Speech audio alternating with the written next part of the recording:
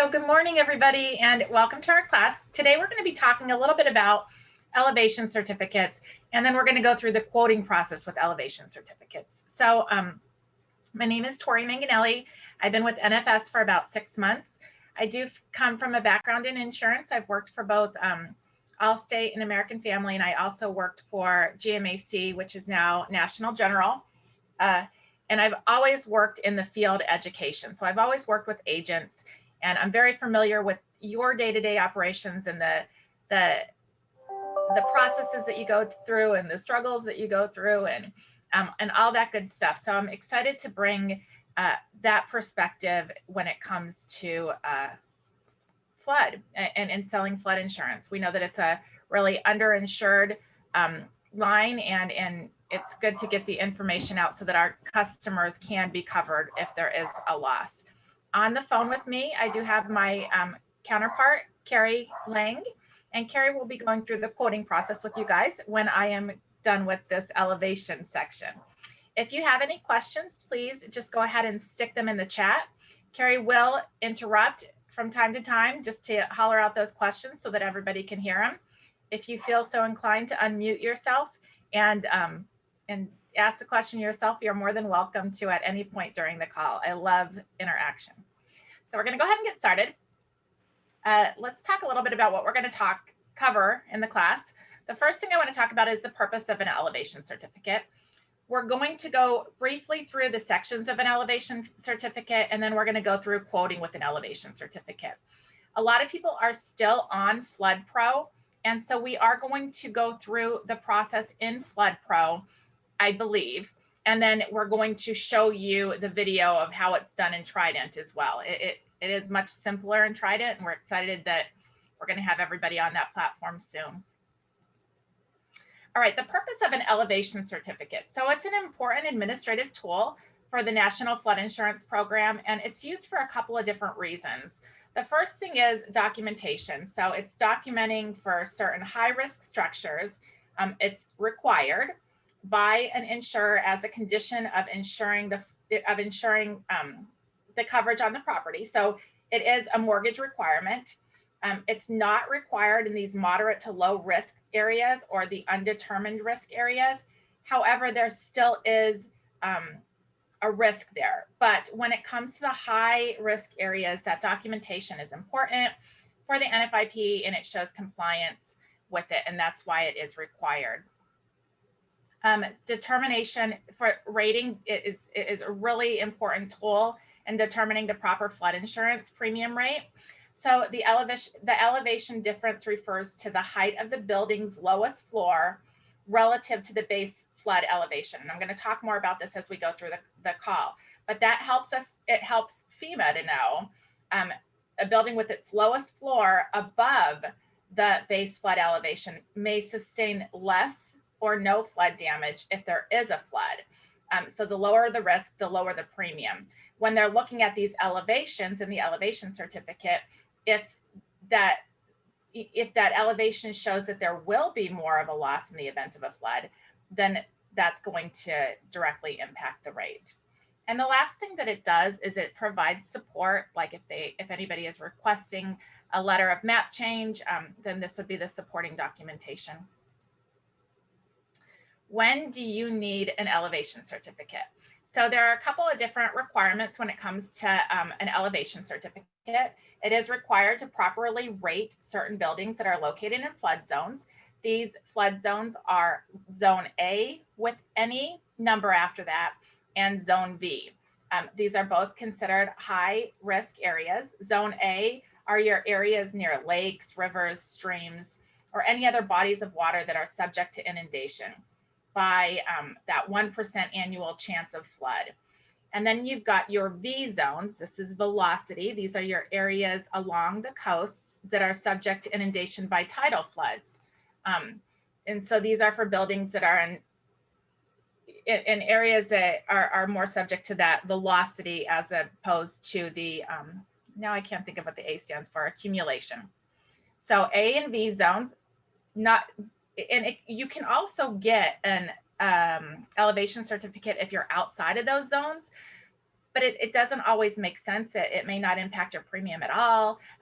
And so really the requirement here is if you're in an A or a V zone, to be part of this NFIP, you do need to have an elevation certificate. Then the next thing that we look at is the firm date. So was the building constructed before or after the first firm?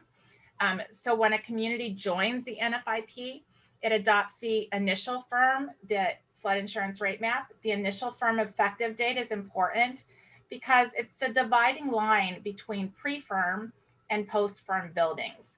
So EC is not required to rate most pre-firm buildings unless the building is rated using a full risk rating. And I could talk a little bit about full risk rating if we need to, but I'm going to go past that and just talk about pre-firm and post-firm. If anybody needs me to talk about that at all, just let me know. So with pre-firm buildings that are in the SFHA areas, the standard flood hazard areas, the elevation certificate is not required when you're using the pre-firm subsidized rates on a pre-firm building. So if you're using an elevation certificate, it's an option if it provides the building with a more favorable rate. Either way, with or without the elevation certificate, you're going to be able to take the best rate. So when you're doing full risk rating on a pre-firm building, it is required to have an elevation certificate and it has to be submitted with that flood application. And now let's talk a little bit about the pre-firm. A pre-firm is a building which is constructed or substantially improved before December 31st, 1974, or before the effective date of the firm, of the initial insurance rate map. Post-firm is, in contrast, for most post-firm, you are going to need an elevation certificate if you're going to be rating it in an A or V zone. And your post-firm buildings are the ones that are constructed or have substantial improvement that has occurred after the 31st of December, 1974, or after the effective date of the initial flood insurance rate map. So whichever is later. When I talk about substantial improvement, and I know that a lot of you may already know this, but substantial improvement is going to be when you improve the property, you put 50% or more of the value of the property into the improvement. So in an example, the house is worth $100,000. You put $52,000 of improvements into that house. That's considered substantial improvement, and that's going to change that date that you're using. All right, let's go on to locating an existing elevation certificate. So you don't always have to go out and get a new elevation certificate for these properties. Sometimes they can locate an existing elevation certificate on the property. There are several different places that you can try and check to see if there is an existing elevation certificate. Elevation certificates can be expensive depending on the area that you live in. And so if a buyer can avoid that expense, they always would prefer to avoid it. So the first thing that you can do is you can ask a local floodplain manager. There might already be one on file. You can ask the seller. A lot of times the seller would normally have one because they would have had to have gotten flood insurance and had to have used that EC already too. So the seller can certainly provide you with that. You can ask the builder or the developer. They may have one on file too. They used it at the time of construction. You can check the property deed. It's sometimes included with that. Or you can hire a licensed land surveyor, a professional engineer, or a certified architect who is authorized to do it. The only time the architect is really going to do it is when you have a building that you're trying to insure that is under construction. All right, there is the elevation certificate. There is a current one on file. You always want to make sure that there is the most current, you're using the most current one. When they are getting an elevation certificate done, the surveyor that's doing that is usually going to have the elevation certificate, the most current one. It's not something that you have to provide the customer or that the customer has to go out there and find. The one we have here on the screen is an older version. So make sure that it's always the most current version. Just because an an elevation certificate is expired. So the expiration date, if it shows that it's expired, does not mean that it cannot be used. So you want to make sure that as long as the structure information on the EC is accurate, you don't need to go ahead and get a new one unless there's been a big improvement to the property or a lot of changes that were made. You don't need to go out and have the customer spend money on a brand new elevation certificate. We can use an expired elevation certificate. If there was substantial changes that were made, for example, you made an addition to your home or you converted a garage, you're going to need to get a new elevation certificate to reflect the new characteristics.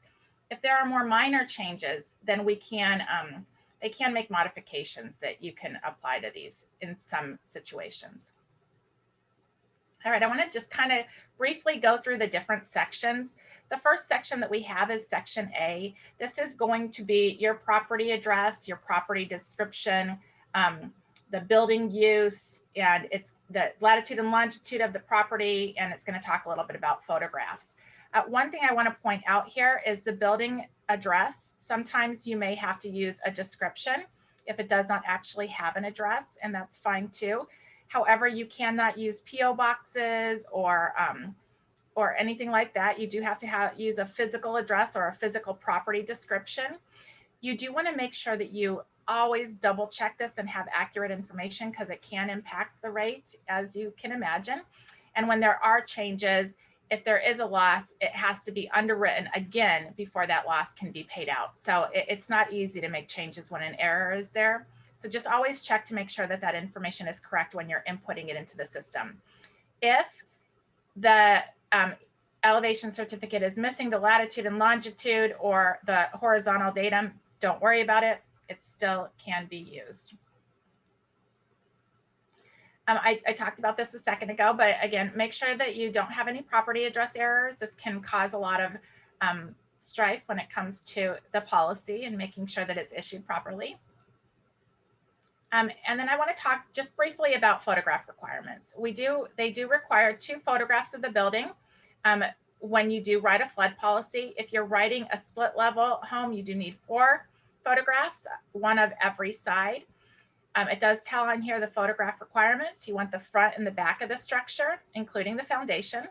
They do have to be taken within the last 90 days of the application mail date. If they are older than that, then you're going to have to get new ones. Structures with vents, you want to make sure that the photos clearly show those openings. I do have a video on venting to help people understand it, and I'll send it to you after this. I'm not going to play it during our call. They do need to be color photographs, and the minimum size is 3 by 3. So those are some specifics on photographs. We're going to show you a little bit of an example here. They tell the story, so we can see these are good photographs that really help us to see what's going on with that property. These are non-compliant ones. This one is taken off of Google Maps. This one is taken, I believe, off of a realtor's website. They do have to be actual photographs that were taken. They can't be taken from a site. One of the biggest reasons is we don't know how old these are. We all have had that situation where we go into Google Maps and we put, it pulls up the wrong thing or pulls up nothing. And then we want to make sure that there's nothing that is obscuring the photograph. So in this situation, we see that this fence is obscuring the foundation and we can't properly identify what's going on here. All right, to continue on with section A, we see the next parts of section A are the building diagram number, crawl space or enclosures, and then attached garage details. I will tell you that the building diagram number, that's a lot of times it is incorrect in elevation certificates. So make sure that you're double checking that and assuring that that it's accurate, the building number that they have listed there. I know that this can be a little confusing sometimes with the building diagrams, and so we are going to cover them a little bit here. And then the crawl space and enclosures I'm going to talk about in the next couple of slides as well. So one of the things that was asked in this last slide, it does ask about engineered flood openings in the crawl space or enclosures. And so I want to talk a little bit about some of the specifics when it comes to proper flood openings. The criteria for a proper flood opening is it has to be a permanent opening. It has to allow for the free passage of water automatically in both directions. A window, a door, or a garage door is not considered a flood opening. However, flood openings can be placed into these doors, and that's completely compliant when it's done properly. The bottom of the flood opening must be higher than 1 foot. It must be higher than 1 foot above the exterior or the interior grade, whichever is higher. So that 1 foot is the minimum. It has to be higher than that. There must be at least 2 flood openings on at least 2 walls. So, and then at least 1 square inch for every square foot of enclosed area is a rule of thumb here when it comes to these flood openings. So the flood openings must be at least 1 square inch for every square foot of the enclosed area. There must be a minimum of 2 flood openings on at least 2 walls for enclosures and crawl spaces. So what happens if the building did not have proper flood openings? The pressure of the water would hit the crawl space and it could potentially collapse the foundation. And so that's why flood openings are so important, because they allow that water to come in and out and don't put that pressure on the foundation that can cause it to collapse. In the diagrams that I mentioned before, that A7, there are 3 different types of building diagrams as stated in the NFIP. They classify it as slab, basement, and elevated. Sometimes we will say 4 because we'll throw crawl space as a separate one, but I want to kind of keep this as close to the NFIP like terminology as possible. So the first thing is slab on grade construction, and this is when a concrete floor is poured directly on grade, and it provides a foundation for the home. It never will include a basement or a crawl space with these slab on grades. The second type is your buildings with the basement. According to FEMA, a basement is any area of the building, including sunken rooms or a sunken portion of the room, having its floor below ground level, subgrade on all sides. An elevated building, as defined by FEMA, is one that has no basement, and it has its lowest elevated floor that's raised above ground level by the foundation walls. And with foundation walls, we're saying shear walls, posts, piers, pillings, or columns. Any of those are going to qualify there. So the first thing that we have here is slab on grade. You know, I think I'm going to, unless anybody wants me to, we do a separate class on this, and I think that this is going to take a little too much time for me to go through these, and I want to make sure that you get to the quoting. If anybody needs me to go through the diagrams, I can certainly go through them with you after we do the quoting portion. You could stay on and I'll give everybody the option to be able to go through the diagrams if they choose. I'm going to skip the diagrams and we'll go to section B. Section B is going to provide community information and information on the flood insurance rate map, the firm. So here we're going to see B1, B2, and B3 is going to indicate the community name, the county name, and the state that the structure is located in. B4 and B5 are going to indicate the specific insurance rate for the map that the property is located in. B6 is the firm index date. So this is the date that that first insurance rate map was filed. And this is all something that's going to be put in by your surveyor or whoever it is that's doing this. Their surveyor, I shouldn't say yours. B7 is going to be the most effective, the most current flood insurance rate map. So we've got our first one and then the most effective one. B8 is going to be the flood zone.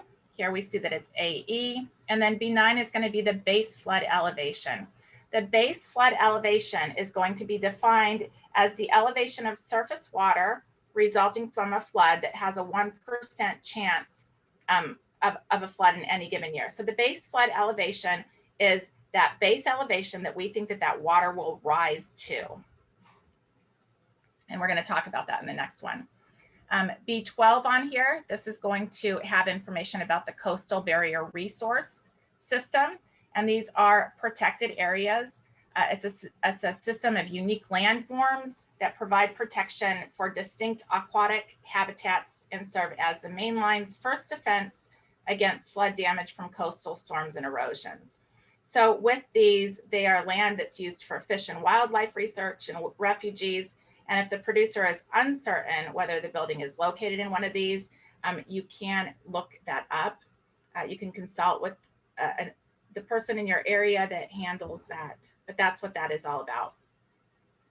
The base flood elevation, as I mentioned earlier, what we see here is we see the water, we see the land, and then we see where that base flood elevation is determined to be. So with the base flood, it's going to tell us how high the base flood is predicted to rise. So it's the height which the flood water is anticipated to rise during a flooding event. And it's usually found on the FIRM, the flood insurance rate map. It's an important factor for us because it lets us know when there's going to be a greater risk. If we know that the bottom floor is above that BFE, there is less of a chance of loss than if it's below it, and that is going to directly affect premiums. In section C, we see that the first thing we have here is the building elevations are based on a construction drawing. If it's under construction or if it's finished, usually it's going to be finished construction, but there are some times where you're going to have something different.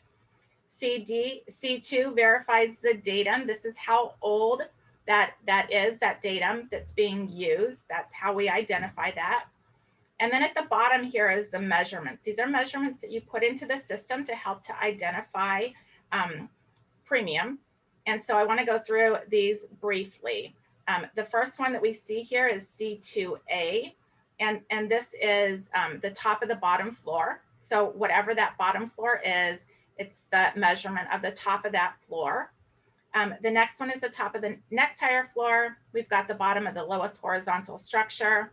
If they have an attached garage that's on top of the slab, a lot of times that's going to be non-applicable, and you can go ahead and leave that blank when you're completing it in quoting. The lowest elevation of machinery or equipment that's servicing the building, so hot water heaters, furnaces, anything like that, what's the lowest elevation of those? And then we see the LAG and the HAG, the lowest adjacent grade next to the building. That is the lowest, you've got the building and then the lowest ground right beside that building. And then you've got the opposite, the highest ground that's right next to that building. So one of the big things that comes into play here is the lowest floor elevation. And so I wanted to just hit this real quick so that you guys know how it's determined. With the lowest floor elevation, the rate of a building it helps to rate the building for the NFIP, and you have to determine what that lowest floor elevation is, and then I'm sorry, I'm thinking of something different. I'm thinking about the difference here. So here we see the lowest floor elevation, and what you're going to look at here is this is the bottom of the lowest floor. You've got this concrete slab down here. So now we know what the lowest floor elevation is. And what you're going to look for in the application is what is the difference in elevation. So to determine the difference in elevation, the formula is lowest floor elevation minus the base flood elevation. And this is going to give you the difference. Now, when we're determining the lowest floor elevation, it's not an exact science. And I put the definition there. Again, this is something that is determined by that surveyor. But I wanted you to kind of understand where these numbers are coming from for rating purposes and how they affect it. Again, after we go through quoting, if anybody wants to stay on and go through any of this additional information, I'm happy to do that for you. But right now, I'd like to turn my screen over to Carrie so she can show you when you take that elevation certificate and then you open up your quoting system, how is it going to work? What are you going to need to do? So Carrie, I'm going to stop sharing my screen. Actually, before you stop sharing, we had a question in the chat. If you could just show a quick picture of the crawl space, and then I'll go right into that quote. Yep. A picture of which crawl space? From the diagrams. Sure. Thank you.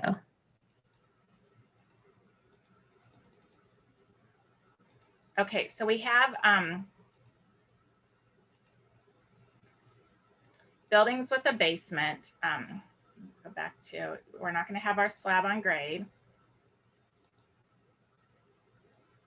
We could have a subgrade crawl space.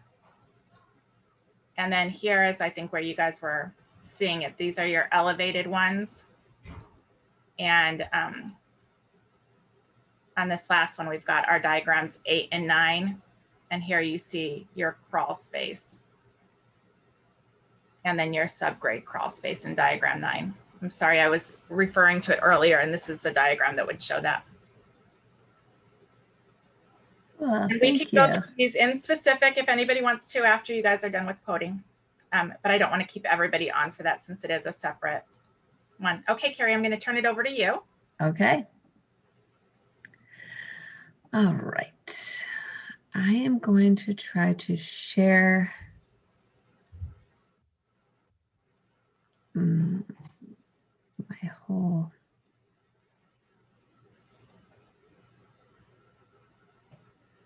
Okay.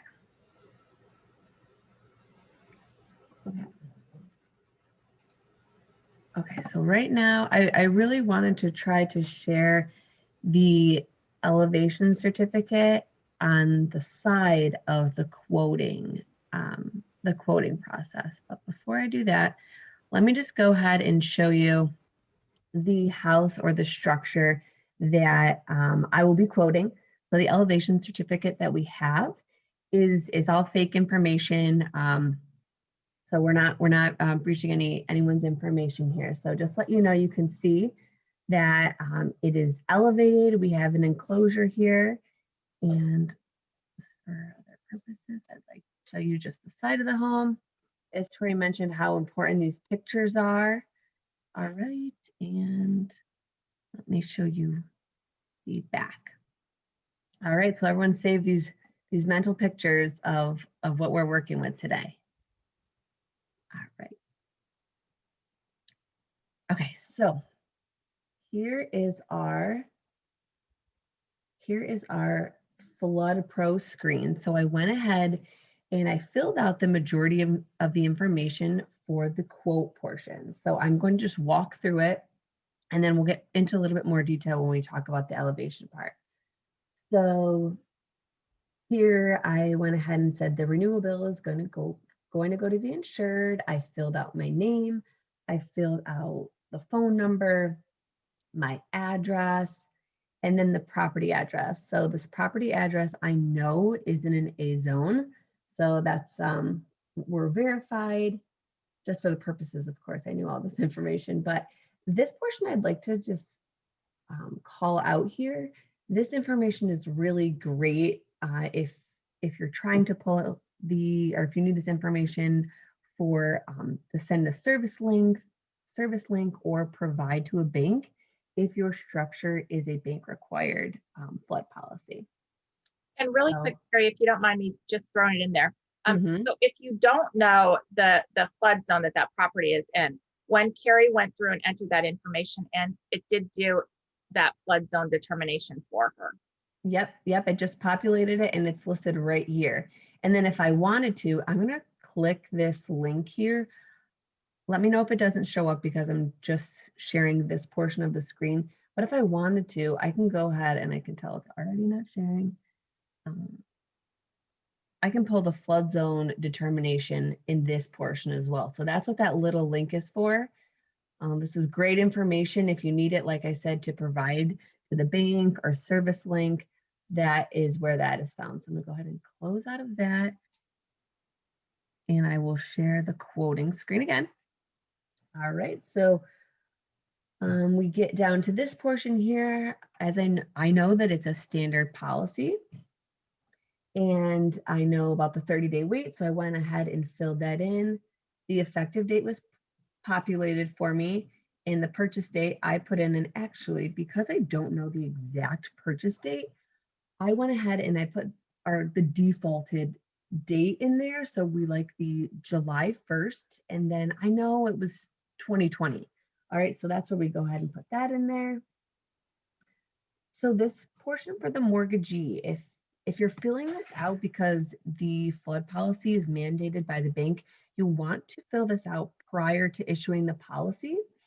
So that way you can, waive that 30-day wait and the bank has proof of coverage. Okay, so it's not a manufactured home, the original day construction. Again, I use that default, that 7/1 date, and then use the 2009 year. Answered those questions. It's not underwater. I'm going to keep going through. I hope I'm not going too fast, but I wanted just to have this already filled out before we got to the elevation certificate portion. So type of occupancy, single family, 80% or more, 100% residential. We'll just keep going through here. It's not a condo. Flood Pro is really nice that it has these links here that you could, if you have a question or you're not really sure, a pop-up will come up to answer any questions or common questions, I should say. And then we'll keep moving down. Okay. Coverage for the entire building. Yes, it's the main building. We don't have any additions or extensions. It's elevated with an enclosure. So if you remember from the picture, you can clearly see that it is elevated with the garage enclosure there. It's 3 or more floors. And I do have a copy of the elevation certificate that I will share as well. So we'll kind of toggle back and forth. And I know the attached garage is beneath. There are a few pictures in here if you're not quite sure, but this is what our picture looks like. So it's beneath. We'll continue through. All right, and then here is the question. Do you have a flood proofing or an elevation certificate? And yes, I do. So now I'll go ahead and fill everything in with you. Let me just X out of our, okay. So does the building have a mid-level entry? I'm going to say no. Lowest floor is elevated by piers, posts, or piles. Enclosure wall is that lattice. So if you remember in the picture, please let me know in the chat if I need to toggle back to the picture so you can make sure that you understand everything that we're going through. Again, here there's links if you need it. And then there is no machinery equipment servicing the building below the elevated floor. And the reason I know that is because I will share this part. So here's my fake elevation certificate. When I look at this section here, the lowest elevation of machinery or equipment servicing the building is at 20.4 feet. So I know that that's not on that ground level. So we're safe there. Okay. All right, so moving along to the garage. The garage wall is solid wood framing. And as Tori mentioned, we will show the quoting or elevation certificate portion of Trident, the new quoting system. And you'll notice it's a lot easier. Flood Pro does have a lot of nice links. There's just a few more questions and Trident just takes the guessing game out of it. So in this portion, I'm not really sure if it's solid wood framing, but I'm gonna give it my best guess, okay? So in Trident, you really don't have to fill that portion out. And we'll go through. So is the garage area? No. And the garage wall, are the garage walls finished? No. All right, size of the garage, and that is on my elevation certificate. And I know because I've done this before, it is 230 feet. So we'll go ahead and type that in. No vents. And we'll continue down. No questions yet? Okay. All right. I hope I'm not making anyone dizzy by toggling back and forth, but I want to show you my elevation certificate. So I'm on the platform, it's going to ask me the date. And I'm going to go down here all the way to the bottom, and it's listed at the bottom where the seal would be, and it's 12/19/19.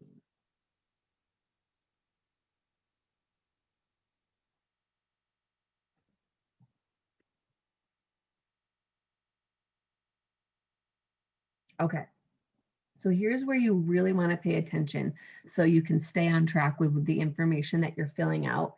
Here in the bolded area, it's got your A7, B9, C1, those sections, those breakdown of the sessions that Tori had already gone through. So when I'm filling this out, I know I'm going to look on the elevation certificate for those answers.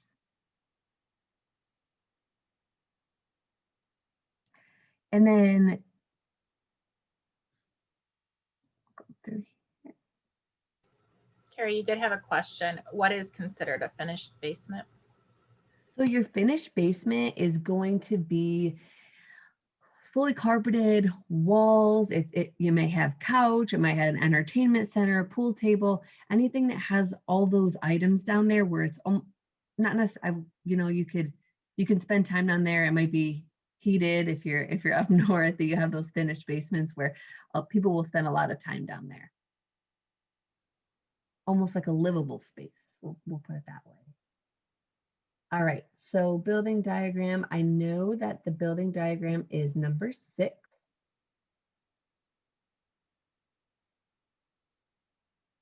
And then the base flood elevation, I'm going to toggle back.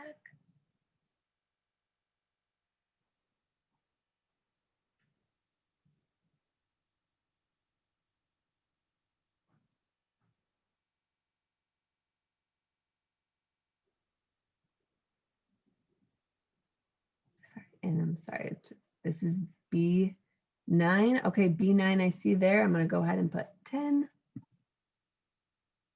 And then I'm going to type in that my photos were taken the day before. Okay. And just so I don't make you dizzy toggling back and forth, I'm going to just read the questions that it's asking. So it's asking me about C1, the building elevations are based on, and finished construction is actually pre-populated for me.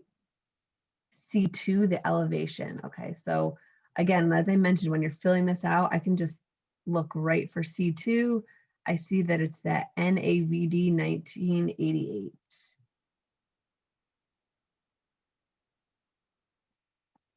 Okay, I'm going to go back to this.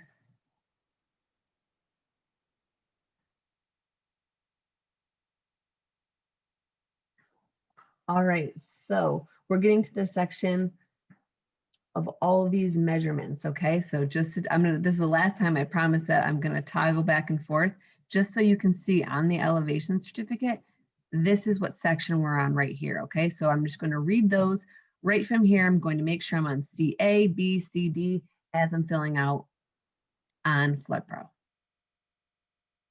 All right, so top of the bottom floor, we have A is 10.6, we have 20.4. And this is for V zones only, so I'm going to go ahead and leave that blank. And I'm sorry you're watching me fill this out. We're almost done.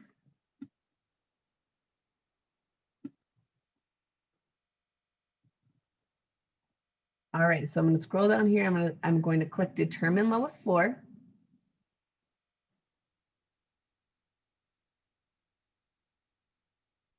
All right.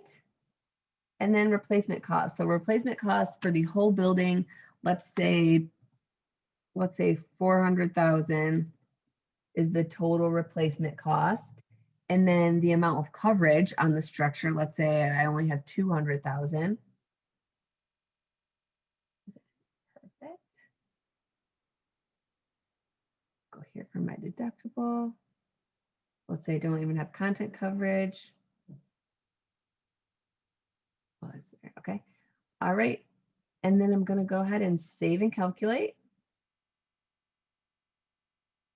All right. And here we are. It's got our total premium. We have a few things to call out. We have this section right here that might be telling me I need a little bit more information to make this go through. Okay. So that information will be up here.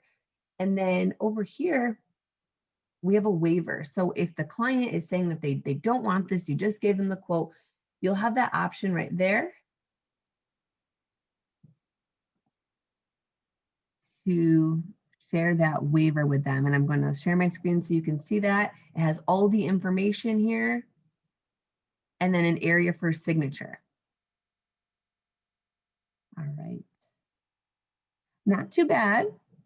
All right. So if there, oh, is there something in the chat box? I'm going to check. Oh, that was Tori answering the question. Did I go too fast? Does anyone want me to go back to anything? If not, I will toggle to Trident so you can just see the difference of how you can upload an elevation certificate there.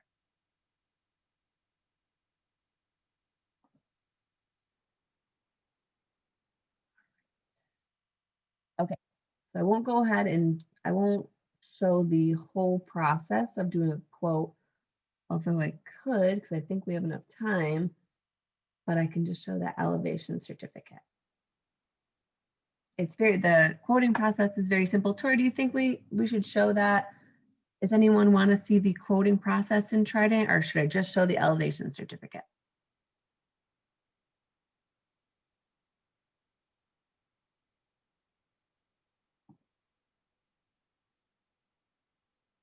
Quote, okay. Let me go ahead.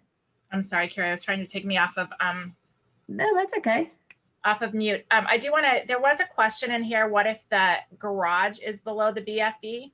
And so if a garage floor were below the BFE, it can be excluded as the lowest floor if it has no machinery equipment that is servicing the building, such as a hot water heater or water softener, air conditioning, whatever that is, and if it has proper flood openings. So to answer your question, if it is below the BFE, it can be excluded if it meets that criteria. If there is the machinery and equipment, or if it's located below the BFE, it can be excluded as the lowest floor elevation if the conditions are met. And they specifically describe them in the NFIP if the building is located in an A zone. So if the garage floor is below the top of the bottom floor, and if the garage has proper flood openings, regardless of whether the machinery is below the BFE. So you can exclude it as long as you don't have the machinery there that's servicing the property. Thanks, Tori. And I did see another question in the chat. Is the waiver required at any time we quote? So in Flood Pro, that button is there. So as we transition to Trident, we are trying to make all those great features, such as that button to waiver the quote. We're trying to make all those factors come into Trident as we make that transition. So it's not there just yet, but that is something that we want to do. In Flood Pro, yes, it's there anytime you do a quote. All right, so this is the quote video. And I'm going to see if I can.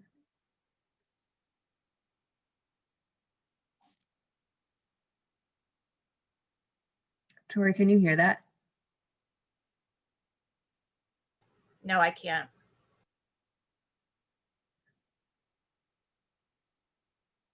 Okay, the audio might not be on there, but it'll go through all of the Carrie, sections. Yeah. By your microphone, choose your audio settings. Yep.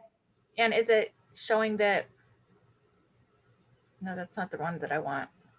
I know it's I thought it was same as system.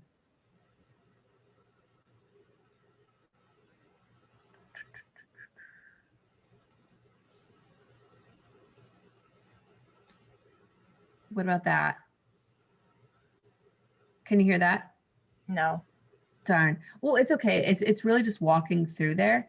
I can continue to play with it, but I'll let it show it through. Okay.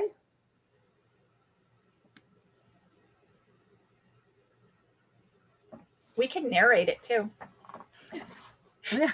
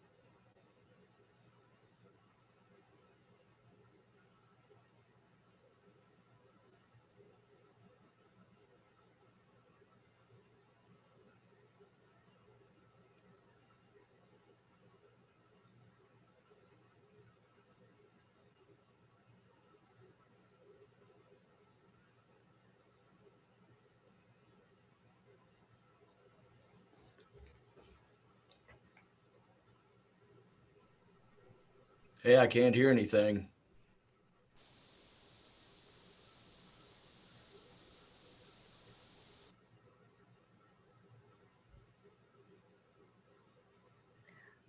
Bradley, what'd you say?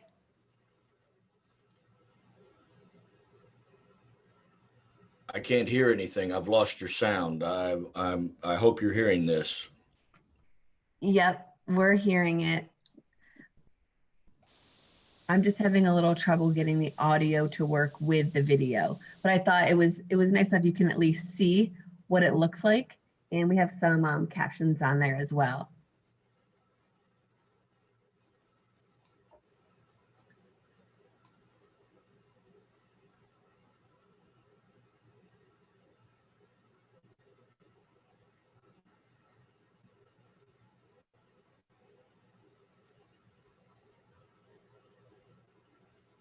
So as you can see, it's a lot cleaner.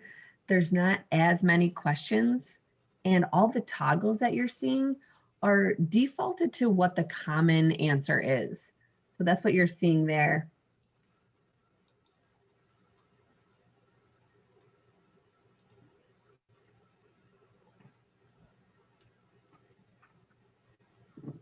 And when we'll be able to use this? So Bradley, depending on which WYO you're with, that will determine when it gets rolled out for your specific Write Your Own. We're still making a few changes.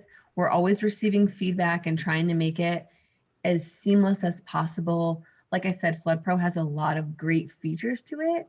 It just has quite a few questions, and there's a little bit more of a guessing game with it. Whereas Trident takes all the guessing out of it, and we're trying to just ask a few questions. Okay, thank you. Yes, you're welcome. I'm so sorry I couldn't get that audio to work, but I can send the link in the chat so you can check it out with the sound. And really quickly, I just want to show you the elevation certificate.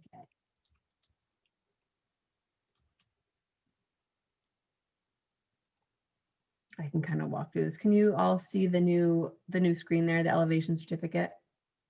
Okay, if you want, I can walk through it on. Do you want me to get in the system and do it? I'm sorry? Do you want me to try and get into the system and do it real quick? See if we could give them a. Well, the elevation certificate might not be working as far as how it reads all the information on there and transposes it into the information that's needed. That's the only reason I wanted to show the video. But as you can see, there's a side-by-side feature that once you upload the picture of the elevation certificate, it is going to fill everything out for you. Anything that the system can't read, it might ask you to fill them in, because as we know, the elevation certificates might be used, or they've been around for a while. So it's just a little bit clearer. And in this one, it's showing the person going ahead and filling everything out. But as I mentioned, if the system can read it, it'll go ahead and just fill everything out for you. So again, I'll put that link in there. So with the audio, it's much better and it's a little bit easier to understand, but I wanted to at least show you to see what it looked like. All right. Let me go ahead and put that in there. I'll stop sharing my screen.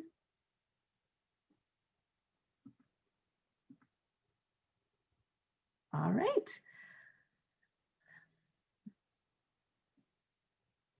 All right, so this is the landing page that I just put in the chat box. You can go ahead and check that out. There's a few more tools on there. There's an opportunity for you to ask any questions, and it will have those two videos of the quote and application and the elevation certificate. So if you have any questions for Tori or I, you can go ahead and email myself or Tori, and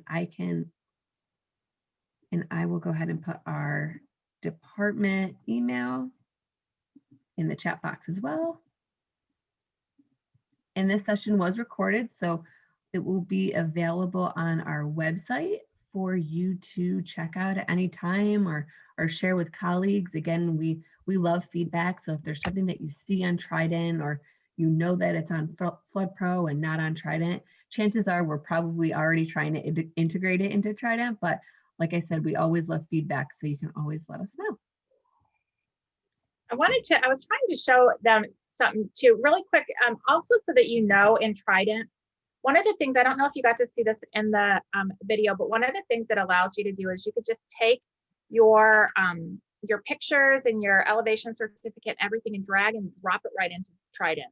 And it will automatically put it all where it's supposed to go, and it will fill it out. So you don't have to do any uploading or anything like that. It's just a drag and drop in it, and it preloads it all in there. Yeah, and Tori and I like to stay up to date on things like this. Of course, Trident is one of the biggest things that National Flood Services is rolling out. So just keep an eye on your emails. You know, there might be another Trident demo. If you specifically want to hear or know more about it, again, reach out. But we'll try to keep the topics very relevant, so we have all that information readily available for you. Any questions?